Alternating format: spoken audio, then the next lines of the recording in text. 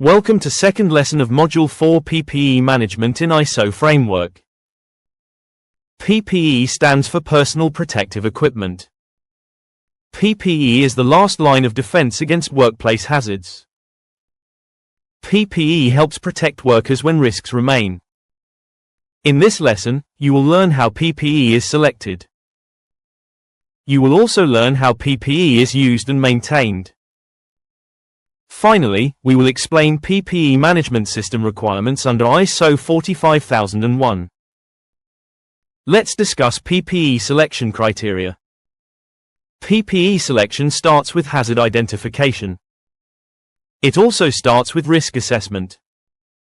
ISO 45001 requires organizations to understand hazards clearly. Different hazards require different types of PPE.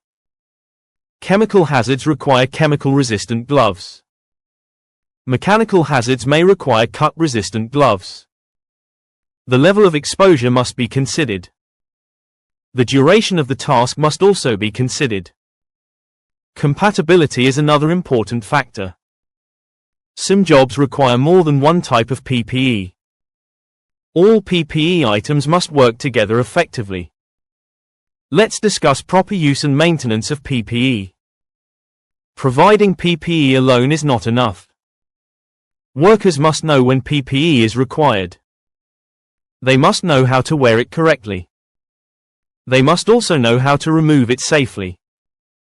Incorrect use of PPE can increase risk.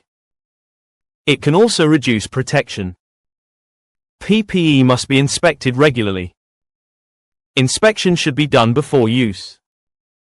Inspection should also be done after use. Damaged PPE must be repaired or replaced immediately. Worn-out PPE must never be reused. Cleaning PPE is essential. Proper storage is equally important. Correct storage prevents damage and contamination. ISO 45001 requires PPE training. Workers must understand PPE limitations. They must know how to care for their equipment. Workers should report defects immediately. They should feel safe to report safety concerns. Let's discuss PPE management system requirements. ISO 45001 promotes a structured PPE system. Clear procedures must be in place. These procedures include PPE selection. They also include PPE distribution. They include PPE use and replacement. Records must be maintained. Training records must be kept. Inspection records must be documented. Management must ensure PPE availability. PPE must be suitable for the task. PPE must be replaced when needed. Compliance must be monitored regularly.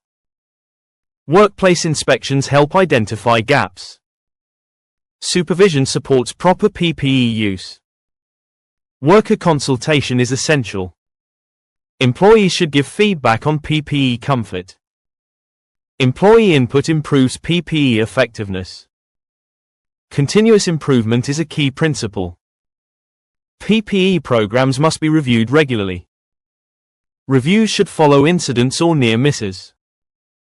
To conclude, effective PPE management goes beyond issuing equipment. It requires planning and training. It requires monitoring and review. ISO 45001 ensures PPE is part of the safety system. Strong PPE management reduces workplace injuries.